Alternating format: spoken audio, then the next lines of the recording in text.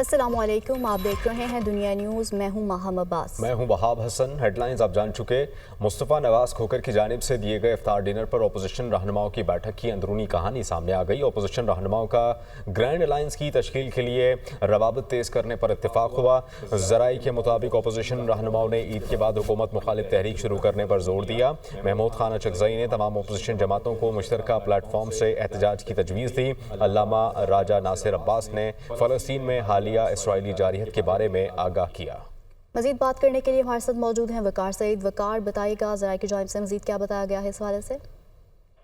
जी बिल्कुल, जो सीनियर सियासतदान है मुस्तफ़ा नवाज खोकर, उनकी जानिब से जो अपोजिशन रहनुमा है उनके एजाज में जो है वो इफ्तार इशाइया दिया गया, जिसमें जो मुल्क की मजमूई सियासी सूरत हाल है उस पर भी तबादला ख्याल किया गया। ज़राए के मुताबिक महमूद खान अचकज़ई ने इस बात पर जोर दिया कि ईद के बाद जो है हुकूमत मुखालिफ जो तहरीक है उसका आगाज हो जाना चाहिए और इसके लिए ग्रैंड जो अपोजिशन अलायंस है उसकी तश्कील जो है वो जरूरी है।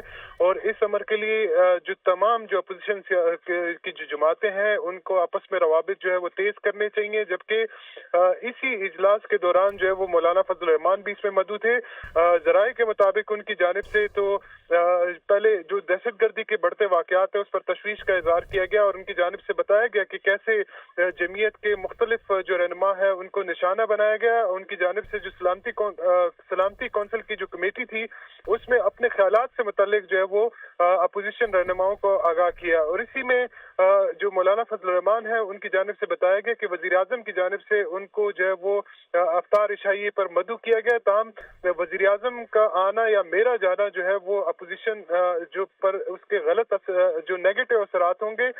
जबकि जो अल्लामा नासिर अब्बास है उनकी जानिब से जो इसराइल की हालिया जारियत है जिसमें बड़ी तादाद में खवातीन और जो बच्चे जो शहीद हुए उस पर उन्होंने बहुत शुक्रिया आपका।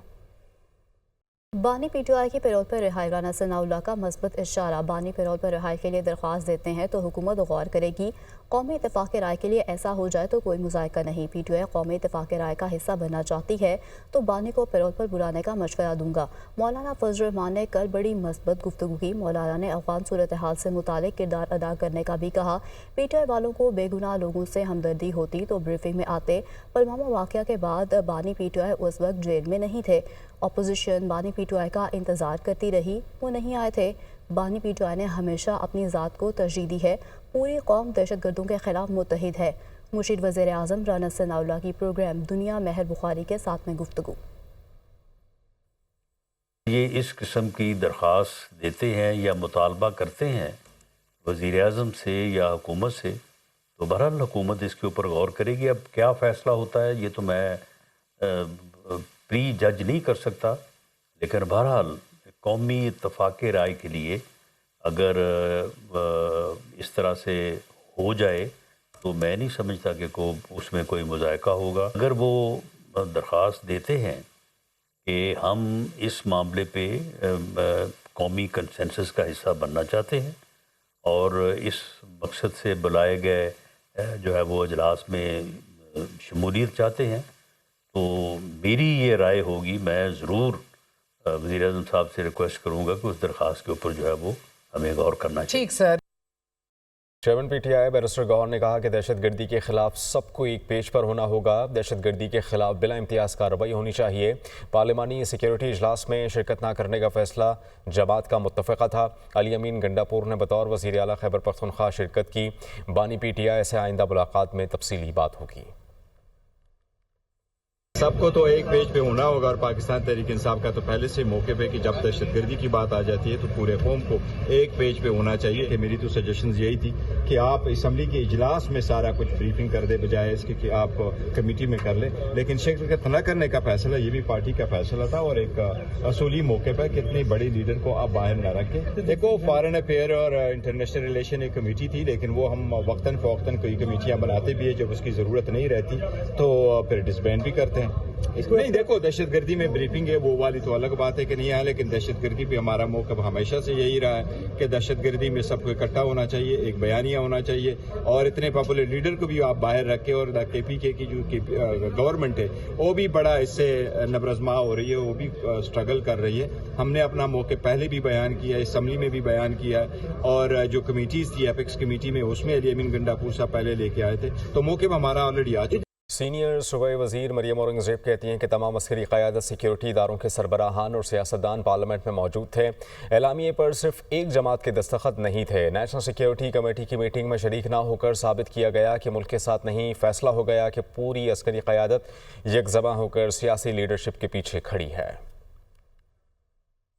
इसका जो पूरा एक्शन प्लान है वो कल तैयार कर लिया गया है और उसके ऊपर तमाम सियासी जमातें जो हैं वो मुत्तफ़िक हैं। जो भी फ़ैसला होगा वो तमाम सियासी जमातें जो इसमें कल जिन्होंने उस एलानिये पे दस्तखत किए हैं, बारिंग वन जमात जो इंटेंशनली ऑप्ट आउट किया है उसने कि हमारा सिर्फ मुल्क की नेशनल सिक्योरिटी के साथ कोई ताल्लुक़ नहीं है। पूरी जो इस वक्त अस्करी क़यादत है वो एक ज़बान होकर सियासी जितनी क़यादत है वो उनके पीछे खड़ी है और कल ये फ़ैसला हो गया है। हम वो सियासी जमात हैं जिसने इस मुल्क की बुनियाद में माशी तरक्की, डेवलपमेंट और दहशतगर्दी से पाक मुल्क बनाया नवाज़ शरीफ की क़यादत में। इस मुल्क से दहशत गर्दों की और दहशतगर्दी की कमर तोड़ी थी, साफ़ किया था। इन्होंने दोबारा से वापस लेकर आए, उन्होंने अपनी जगह बनाई, उन्होंने अपने यहाँ सेफ हेवन्स बनाए और उसके बाद उन्होंने ये दहशतगर्दी के वाक़े, ये इनसे कोई सवाल पूछने वाला नहीं है। कल जो फैसला हुआ है कि जो इस तमाशे को बंद होना चाहिए। जिस तरह 2013 से 18 तक दहशतगर्दी के खिलाफ जंग लड़ी है, ये जंग इंशाल्लाह उसी तरह लड़ रहे हैं। सीनियर सियासतदान हाफिज़ हुसैन अहमद कोयटा में इंतकाल कर गए। हाफिज़ हुसैन अहमद का ताल्लुक जमीयत उलमा इस्लाम से था। हाफिज़ हुसैन अहमद मेंबर कौमी असम्बली और सेनेट के रुकन भी रह चुके। ख़ानदानी ज़राए के मुताबिक हाफिज़ हुसैन अहमद गुर्जों के आर्ज़े में मुब्तला थे। वज़ीर आज़म का सीनियर सियासतदान हाफिज़ हुसैन अहमद के इंतकाल पर गहरे दुख का इजहार। सरबराह JUI मौलाना फजल रहमान का भी इजहार अफसोस। कहते हैं हाफिज़ हुसैन अहमद की वफ़ात से हसीन यादों का एक बाब ख़त्म हो गया। सीनियर सियासतदान हाफिज़ हुसैन अहमद कोयटा में इंतकाल कर गए। हाफिज़ हुसैन अहमद का ताल्लुक जमीयत उलमा इस्लाम से था। हाफिज़ हुसैन अहमद मेंबर कौमी असम्बली और सेनेट के रुकन भी रह चुके। तुर्की से खबर है, तुर्क पुलिस ने इस्तांबुल के मेयर अकरम इमाम ओगलो को हिरासत में ले लिया। खबर एजेंसी के मुताबिक पुलिस ने इस्तांबुल मेयर को बदउनवानी और दहशतगर्द गिरोह की मदद के शोबे में गिरफ्तार किया, जबकि हिज़्ब इख्तिलाफ ने अकरम इमाम ओगलो की गिरफ्तारी को अगले सदर के खिलाफ बगावत की कोशिश करार दिया। इसके अलावा इस्तांबुल के मेयर अकरम इमाम ओगलो को अगले इंतखाबात में मुमकिन सदारती उम्मीदवार तस्वुर किया जा रहा है। मेयर की गिरफ्तारी पर इस्तांबुल के मरकजी पुलिस हेडक्वार्टर के करीब मुजाहिरीन की जानिब से भी एहतजाज।